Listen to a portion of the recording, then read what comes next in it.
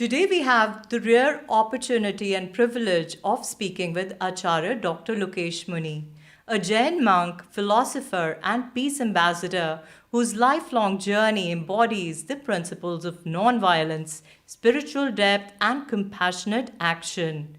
Born in Rajasthan, Dr. Lokesh Muni left behind a conventional academic path to embrace monkhood, traveling thousands of kilometers on foot to spread messages of ahimsa and interfaith harmony across the world.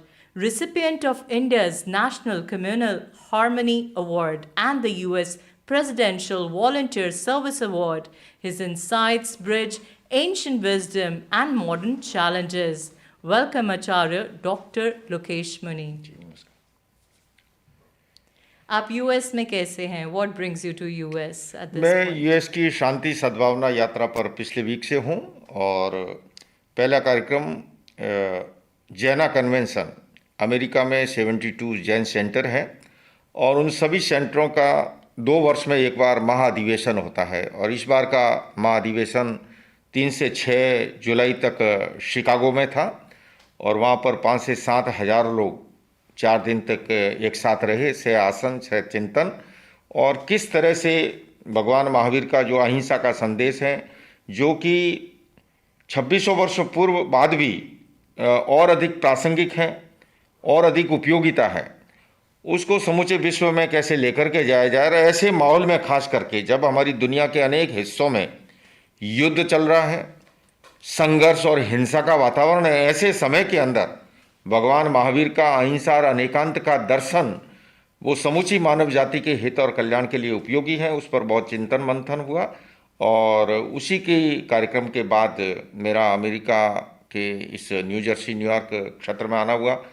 परसों New York में कार्यक्रम था, आज new Jersey में आपके बीच में है। आगामी कल मैं कनाडा की शांति सद्भावना यात्रा पर प्रस्थान करूंगा, जहां कनाडा की राजधानी ओटावा में, उसके बाद में वैंकूवर में कार्यक्रम है और 16 तारीख को मैं consulate general of India Seattle को संबोधित करूंगा और उन्होंने खास करके world peace through interfaith dialogue, world peace and harmony through interfaith dialogue पे व्याख्यान रखा है और वहाँ से सैन फ्रांसिस्को में वहाँ के सीनेटर, वहाँ के कांग्रेसमैन, मेयर, गवर्नर, उन सभी के साथ संवाद और संगोष्ठी है और पुनः मैं भारत के लिए प्रस्थान करूँगा। तो ये मेरी शांति सद्भावना यात्रा है। मेरा ये मानना है कि अमेरिका एक बहुत ही विशाल लोकतांत्रिक देश है, भारत बहुत बड़ा लोकतांत्रिक देश है और ये दोनों देश मिलकर के हिंसा के खिलाफ, अभाव और गरीबी के खिलाफ, आतंक के खिलाफ मिलकर के लड़े तो समूची दुनिया के वो हित में हो सकता है।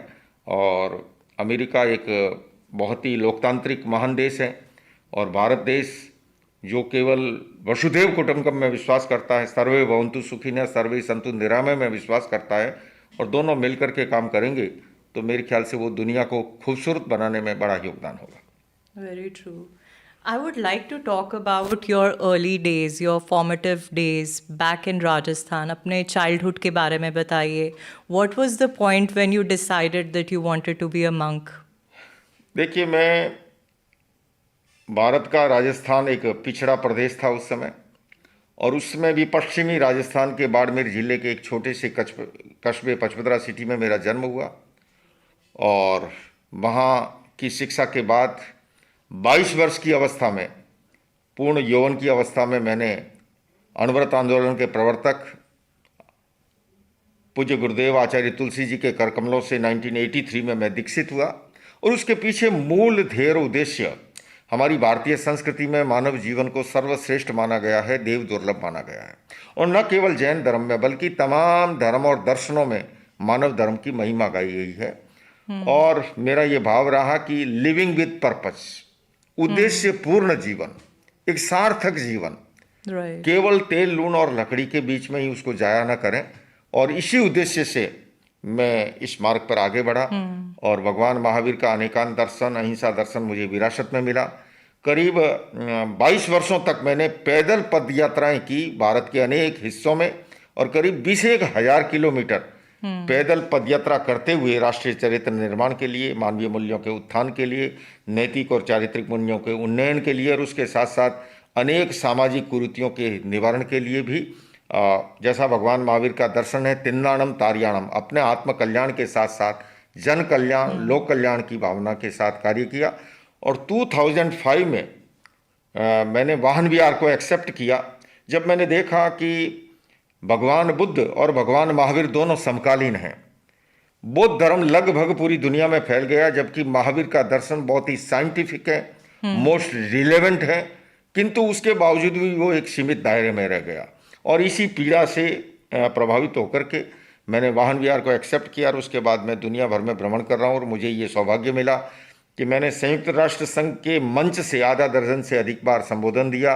और पहले अंतर्राष्ट्रीय योग दिवस पर हमारी देश की तत्कालीन विदेश मंत्री के साथ साथ यूएन सेक्रेटरी जनरल बान की मून, पूज्य गुरुदेव श्री श्री रविशंकर जी के साथ मैंने उस समय भी कहा था कि योग कितनी प्राचीन विरासत है। उसका एक ही उदाहरण काफ़ी होगा। मैं जिस जैन परंपरा से आता हूँ, प्रथम तीर्थंकर आदिनाथ भगवान ऋषभ से लेकर के 24वें तीर्थंकर भगवान महावीर तक सारी की सारी प्रतिमाएं ध्यान और योग की मुद्रा में मिलती है। और वो प्रतिमा आज नहीं गढ़ी गई, कोई 500 वर्ष, 1000 वर्ष, 1500 वर्ष पुरानी प्रतिमाएं हैं। तो योग हमारी कितनी प्राचीन विरासत है। इसी तरह से हमारी वो जो प्राचीन विरासत है, उस विरासत को लेकर के मुझे दुनिया भर जाने का अवसर मिला। मैंने भगवान महावीर का जन्म कल्याण कैलिफोर्निया की असेंबली में भी किया, पार्लियामेंट ऑफ ऑन्टारियो में भी किया, लंदन पार्लियामेंट में भी किया, क्योंकि मेरा ये मानना है कि महावीर का दर्शन ही नहीं, जितने भी महापुरुष हुए हैं, इवन कि सूर्य की रोशनी, चंद्रमा की शीतलता, वृक्ष के फल, नदी का पानी, ये सब के होते हैं। और ऐसे के अंदर उन महापुरुषों का जो संदेश है वो हम दुनिया तक ले जाएं, जिससे कि हमारी दुनिया और अधिक खूबसूरत बने। Very nice. You were once part of the secular world, even earning a master's degree in philosophy and literature. What was the turning point, the moment of clarity or disquiet that led you to renounce that path and walk towards monkhood? देखिए, मेरा ये मानना है कि संन्यास का अर्थ ये नहीं है कि उसमें शिक्षित और दीक्षित लोग नहीं समावेश करते हैं, बल्कि और अधिक शिक्षित होने से वो दुनिया को भी और हमारी आज की युवा पीढ़ी को ज़्यादा उस ओर जो है आकर्षित कर सकते हैं, प्रभावित कर सकते हैं। और हमें आज की युवा पीढ़ी को, क्योंकि ये देखिए दिए और तूफान की लड़ाई है, ये आप संस्कृति का युग है, समय है। ऐसे समय में ये आप संस्कृति और संस्कृति के बीच में ये दिए और तूफान की लड़ाई है। और उस तूफान और दिए की लड़ाई में हमें अगर दिए को सुरक्षित रखना है तो हम जैसे धर्मगुरुओं को भी हर तरह से समर्थ होना होगा, एजुकेशन की दृष्टि से, दुनिया की समझ की दृष्टि से। तो और मैं जिस परंपरा में दीक्षित हुआ, वहाँ मुझे अनुकूल वातावरण मिला। वहाँ पर आज भी झटपट दीक्षा नहीं होती है। दीक्षा से पहले शिक्षा होती है, फिर उसकी समीक्षा होती है, फिर उसकी परीक्षा होती है, फिर पेरेंट्स की परमिशन होती है, तब जाकर के दीक्षा होती है। और इस प्रकार की परिपक्व दीक्षाएं वो समाज और राष्ट्र के लिए ज़्यादा उपयोगी साबित होती हैं। I wanted to ask you, I have seen videos जिसमें छोटे छोटे बच्चे they renounce their home, the wealth, the parents and everything.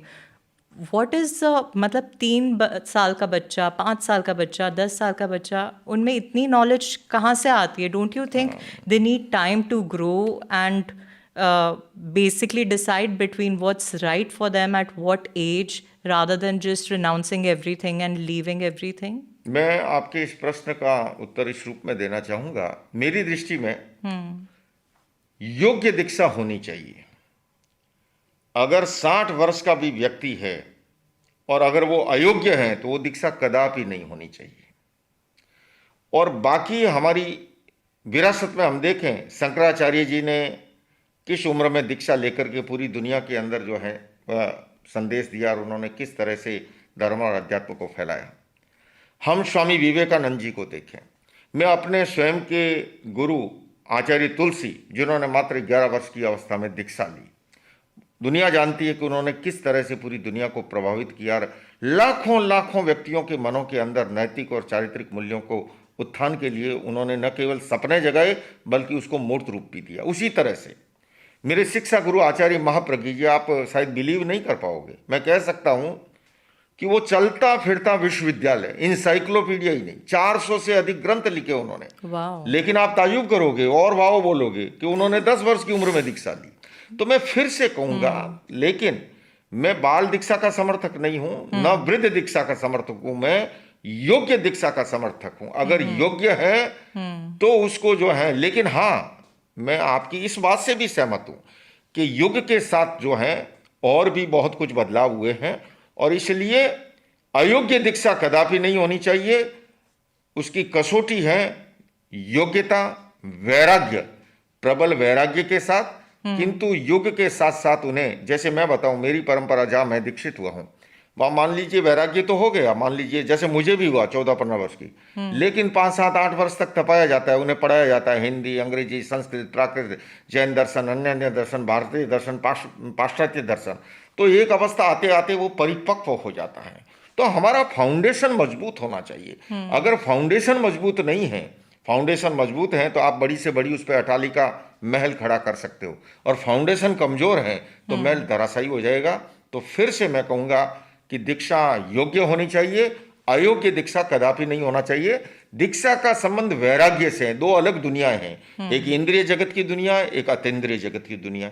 आज इवन कि मैं 65 वर्ष की अवस्था में चल रहा हूं, फिर भी मुझे देख करके भी आज भी लोगों को आश्चर्य होता है जब हम नंगे पांव धूप में चलते हैं, पद यात्रा करते हैं, उन्हें लगता है इनको क्या हो गया।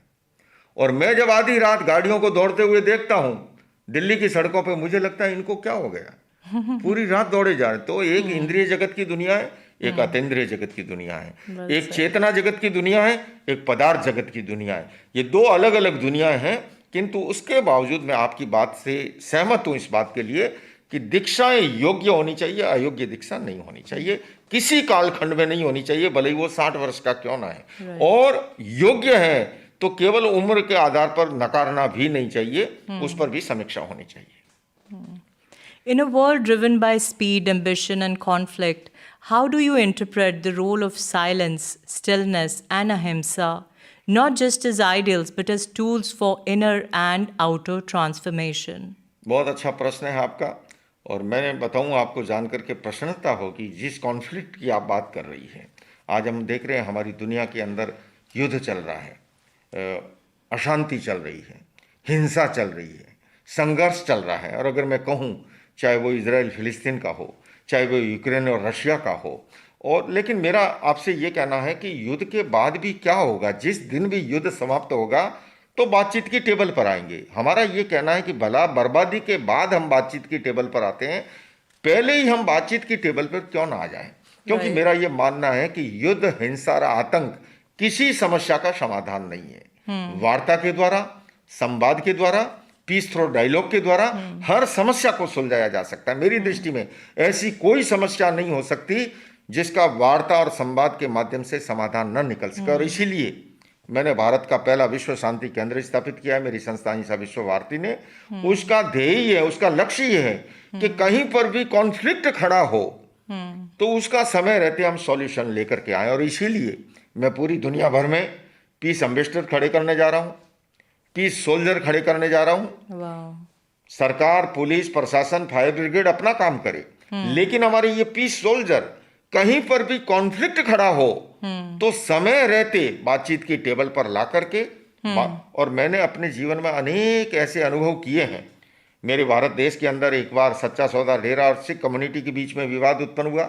मैंने इसी अनेकांत दर्शन के माध्यम से उस संवाद को माध्यम से उसका निराकरण किया था, जबकि बहुत तनाव था। 1 लाख लोग नंगी तलवार के साथ फ्लैग मार्च करने वाले थे। भारत सरकार के साथ साथ हरियाणा और पंजाब सरकार की सांसें थमी हुई थी, न जाने क्या होगा। पर ऐसे समय में भी मैंने उसी अनेकांत दर्शन को एक प्रयोग भूमि बनाया और वार्ता और संवाद के द्वारा जो है उस समस्या का समाधान किया। पार्लियामेंट के अंदर, इंडियन पार्लियामेंट 2 सप्ताह तक ठप रही, सन 1994 की बात बता रहा हूं आपको। इसी माध्यम से संवाद के द्वारा उस डेडलॉक को तोड़ा गया और एक समाधान निकला, देश मध्यावधि चुनाव से बच गया। मैं अभी भी फिर जोर दे करके आपके माध्यम से मैं पूरी दुनिया को कहना चाहता हूं कि हिंसा प्रतिहिंसा को जन्म देती है, हिंसा समाधान नहीं है। समाधान है पीस थ्रो डायलॉग के द्वारा, संवाद के द्वारा। आइए, आओ मिलकर बैठें, आपस में बात करें, 4 कदम ही सही चलने का साथ करें। यूं तो दूरी से दूरी बढ़ती जाएगी, कभी तो हम खुद से खुद की मुलाकात करें।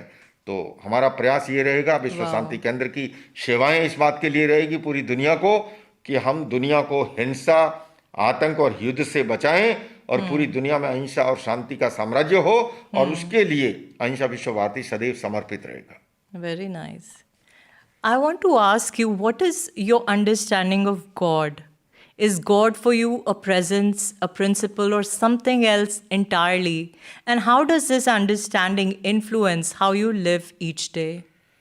देखिए, भगवान एक परम सत्ता है, और मैं ये समझता हूँ कि मनुष्य खादान से निकले पत्थर के समान है, और सोना तप करके निर्खाद बनता है, और इंसान तप करके स्वयं भगवान बनता है। और इसीलिए भगवान महावीर ने पुरुषार्थवाद पर भी बल दिया। काल, स्वभाव, कर्म, पुरुषार्थ और नियति 5 प्रकार के समवाय का उन्होंने वर्णन किया। मैं इतना अवश्य कहना चाहूँगा आपके माध्यम से कि भाग्य की लिपि लिखने वाला और कोई नहीं बैठा, तुम स्वयं अपने भाग्य निर्माता हो। हमारे अपने सत्कर्मों से सद्भाग्य का निर्माण होता है, हमारे असत कर्मों से दुर्भाग्य का निर्माण होता है। अन्य कोई नहीं है, हम स्वयं रिस्पॉन्सिबल हैं अपने अच्छे या बुरे भाग्य के लिए। इसलिए हम गीता जी के उस श्लोक को भी याद करें, कर्म किए जा फल की चिंता मत कर रे इंसान, जैसा कर्म करेगा वैसा फल देगा भगवान। तो ये भगवान हमारा अपना स्वयं का पुरुषार्थ, परम पुरुषार्थ ही जो है, हर आत्मा परमात्मा बन सकती है, ये महावीर ने हमें सिखाया है। लेकिन हम अपनी उस आत्मा को निर्मल बनाएं, पवित्र बनाएं, मोह क्रोध लोभ से मुक्त बनाएं और परम तत्व को प्राप्त करें। इसलिए सदैव श्रेष्ठ कर्मों को करें, ये जानते हुए कि सत्कर्मों से सद्भाग्य का निर्माण और बुरे कर्मों से बुरे भाग्य का निर्माण, इसलिए सदैव अच्छे कर्म करें। Very nice. You often speak of inner ecology. Can you explain what this means and how it connects to global challenges like environmental collapse, mental health crisis, and moral fatigue? देखिए, हमारी दुनिया की इस समय मेरी दृष्टि में 3-4 बड़ी समस्याएं, आपने उसका जिक्र कर ही लिया। पहली है ग्लोबल वार्मिंग, क्लाइमेट चेंज, जलवायु परिवर्तन की। आज मैं हिंदुस्तान से आया और आपको बताऊं कि करीब करीब 50 डिग्री तापमान को छू रहा है वहाँ। और अब तो वहाँ की छोड़िए, कल मैं यहाँ था न्यूयॉर्क में, मुझे बताया गया, महसूस भी किया हमने कि करीब करीब जो है यहाँ का तापमान भी उसी कदर बढ़ रहा है जी। तो देखिए, ये पर्यावरण प्रदूषण को नुकसान पहुंचने के कारण से आज धरती का तापमान बढ़ रहा है, ग्लेशियर्स पिघल रहे हैं, ओजोन की छतरी का छेद वृद्ध होता जा रहा है। ऐसे के अंदर हम सबकी ये जिम्मेदारी है, पर्यावरण को जो नुकसान पहुंचाते हैं बेहताशा रूप से, जब तक हम अपनी लाइफ स्टाइल को, अपनी जीवन शैली को परिवर्तित नहीं करेंगे। हमारी भारतीय संस्कृति के अनेक महापुरुषों ने प्रारंभ से ही, भगवान महावीर ने 6 जीव निकाय का सिद्धांत दिया, पृथ्वी काय, अप काय, तेजस काय, वायु काय, वनस्पति काय और तरस काय। उन्होंने 6 जीव निकाय का सिद्धांत दिया कि पृथ्वी, पानी, वायु, वनस्पति ये सब सजीव हैं, इनका अनावश्यक उपभोग और प्रयोग मत करो, क्योंकि वो जानते थे कि हमारी धरती माता हमारी आवश्यकताओं की पूर्ति कर सकती है, किंतु असीम इच्छाओं की पूर्ति नहीं कर सकती, वो असीम लालसा की पूर्ति नहीं कर सकती। और इसीलिए उन्होंने ये भी कहा था, इच्छाऊ आकाश समान अनंतिया, इच्छाएं तो आकाश के समान अनंत है, ससीम पदार्थ असीम इच्छाओं की पूर्ति नहीं कर सकते। इसलिए उन्होंने भोग और उपभोग के सीमाकरण का भी सिद्धांत दिया। आज मैं पुनः कहना चाहूँगा, संयम आधारित जीवन शैली, जैन लाइफ स्टाइल मिनिमाइज की ओर जब तक दुनिया नहीं बढ़ेगी तब तक समस्या का समाधान नहीं है। दूसरे के अंदर आपने कही, आज मेंटल हेल्थ का एक विषय है, शारीरिक बीमारियों से भी ज़्यादा आज साइकोसोमेटिक डिजीज है, मनोकायिक बीमारियां हैं, और कोविड काल के बाद में बेहताशा ढंग से वो बढ़ी है।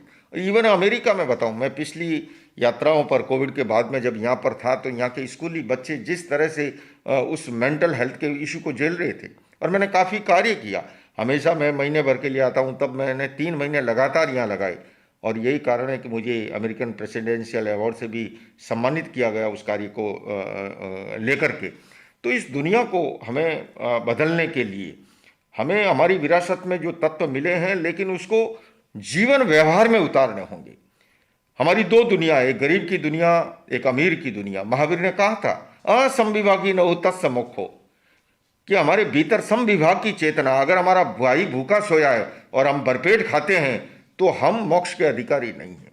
आज हिंसा का एक वातावरण बना हुआ है ना, संघर्ष का वातावरण बना हुआ है। उन्होंने अनेकांत का दर्शन ही इसीलिए दिया। और बल्कि साथ ही साथ मैं ये भी कहना चाहूंगा, जैसे पर्यावरण प्रदूषण खतरनाक है, वैचारिक प्रदूषण उससे भी ज्यादा खतरनाक है। तो इसलिए अनेकांत दर्शन का अर्थ है हम अपने अस्तित्व की तरह दूसरों के अस्तित्व को भी स्वीकार करना सीखें, अपने विचारों की तरह दूसरों के विचारों का भी आदर करना सीखें, अपनी भावनाओं की तरह दूसरों की भावनाओं की भी कदर करना सीखें। बल्कि एक शब्द में कहना चाहूंगा कि हम अपने धर्म का ईमानदारी पूर्वक पालन करें, किंतु दूसरे धर्मों का भी आदर और सम्मान करें, क्योंकि धर्म हमें जोड़ना सिखाता है, तोड़ना नहीं सिखाता। धर्म के क्षेत्र में हिंसा, घृणा, भय और नफरत उसका कोई स्थान हो ही नहीं सकता। आइए हम सब मिलकर के कार्य करें और धर्म को अध्यात्म से जोड़ें, धर्म को सामाजिक कुरीतियों के निवारण का माध्यम बनाएं। उससे धर्म का तेजस्वी स्वरूप आएगा। और धर्म को प्रयोग धर्मा बनाएं, केवल सैद्धांतिक चर्चा ही नहीं, क्योंकि जीवन में बदलाव प्रयोग से आता है, केवल संवाद और चर्चा से नहीं। तो प्रयोग आधारित धर्म को जीवन व्यवहार का विषय बनाएं। इसलिए मैं अनेक बार कहता हूं, मेडिसिन नहीं, मेडिटेशन समाधान है। आज मेडिटेशन, योग, ये प्रयोग आधारित प्राणायाम, इसके माध्यम से हम शारीरिक दृष्टि से भी और मानसिक और आत्मिक दृष्टि से भी और अधिक हेल्दी और स्वस्थ हो सकते हैं। Well said. Finally, if you were to leave us with one question we should ask ourselves each morning, what would it be and why? देखिए, हर सुबह मैं ये कहना चाहूँगा, सुबह क्या मैं एक 24 घंटे की चर्चा करते हुए इतना ही कहना चाहूँगा कि हमारा जीवन में संतुलन होना चाहिए, बैलेंस होना चाहिए। और जीवन में अगर संतुलन आ जाता है तो अनेक समस्याओं का स्वतः समाधान हो जाता है। और इसीलिए प्राचीन समय में उपनिषद में पुरुषार्थ चतुष्टय की कल्पना की गई, अर्थ, काम, धर्म और मोक्ष। धर्म का अर्थ और काम से विरोध नहीं है, किंतु धर्म का यह मार्गदर्शन अवश्य है कि जहां पर केवल अर्थ और काम के पीछे अंधी दौड़ होती है, वहां समाज में विकृतियां उत्पन्न होती है। अपेक्षा है अर्थ, काम, धर्म और मोक्ष, जहां इन चारों में संतुलन होता है वहां पर हेल्दी सोसाइटी का निर्माण होता है। आप चाहे उपनिषद क्या भगवत गीता पढ़ लीजिए, गीता जी का आखिरी श्लोक है, यत्र योगेश्वर कृष्ण यत्र पार्थो धनुर्धर तत्र श्री विजयो भूति दुर्वा नीति मतिर्मय। लोकमान्य तिलक जी ने इसकी टीका लिखते हुए लीक से हटके अर्थ किया। उन्होंने योगीराज कृष्ण को अध्यात्म का प्रतीक माना और अर्जुन को भौतिकता का प्रतीक मानते हुए कहा कि जहां पर अध्यात्म और भौतिकता में संतुलन है वहीं पर विजय है, वहीं पर भूति है, वहीं पर श्री है और वहीं पर लक्ष्मी है। और यही बात भगवान महावीर ने कही। उन्होंने हम जैसे सन्यासियों के लिए 5 महाव्रत का विधान किया, अहिंसा, सत्य, अस्तेय, ब्रह्मचर्य, अपरिग्रह। तो उन्होंने एक हाउस होल्डर के लिए, एक सदगृहस्थ के लिए 12 अनुव्रतों का विधान किया। अणु का मतलब छोटा और व्रत का मतलब नियम, एक न्यूनतम आचार संहिता जिसके पालन से स्वस्थ समाज की संरचना होती है, हेल्दी सोसाइटी का निर्माण होता है। और इसीलिए हमारे प्राचीन ऋषियों मुनियों ने भी कहा था, एक घड़ी आधी घड़ी और आदि मैं पुनाद, तुलसी संगत साधु की कटे कोटि अपराध। तो मैं इस आपके टीवी चैनल के माध्यम से सभी दर्शकों से कहना चाहूँगा कि प्रातःकाल हम प्रतिदिन घड़ी आधी घड़ी 24 मिनट 48 मिनट का समय अपनी बैटरी को चार्ज करने के लिए, आजकल हम देखते हैं किसी के घर भी जाते हैं तो सबसे पहले हम पूछते हैं, अरे चार्जर पे मोबाइल को लगा लें, बैटरी चार्ज करनी है। तो हम अपनी पोतानी जातने पण चार्ज करवा सीखी लीजिए अपने आप को भी। और उसको चार्ज करने का तरीका है मेडिटेशन, योग, सद साहित्य का पठन पाठन, है ना, प्रभु भजन, स्मरण। ये सारी चीज़ें हमारे भीतर सकारात्मकता उत्पन्न करती है, पॉजिटिविटी लाती है, नकारात्मकता को दूर करती है, विधायक भावों को पैदा करती है। तो आइए, हमारे 2 तत्व हैं, एक जीवन, दूसरा आजीविका। हम समीक्षा करें, कहीं आजीविका के पीछे समूचे जीवन को जो नहीं झोंक डाला है। मैं जानता हूँ आजीविका जरूरी है, पर साथ साथ ये निवेदन करना चाहूँगा कि हमारी प्राचीन समय में हमेशा केंद्र में चेतना रही है, पदार्थ परिधि में रहा है। आज की मौजूदा युग की कठिनाई है कि केंद्र में पदार्थ आ गया है और चेतना को ढूंढने जाए परिधि में भी मुश्किल है। हम अपने जीवन में संतुलन लाएं, बैलेंस करना सीखें, उससे स्वस्थ समाज की संरचना होगी, हेल्दी सोसाइटी का निर्माण होगा और स्वस्थ भारत से ही समृद्ध भारत का, समृद्ध विश्व का निर्माण होगा। तो आइए हम अपने जीवन को संतुलित बनाएं, इसी आह्वान के साथ। ओम Arham. Thank you so much Thank for you. this very reflective ji, and ji, profound thank talk. you. Thank you. Thank you so much.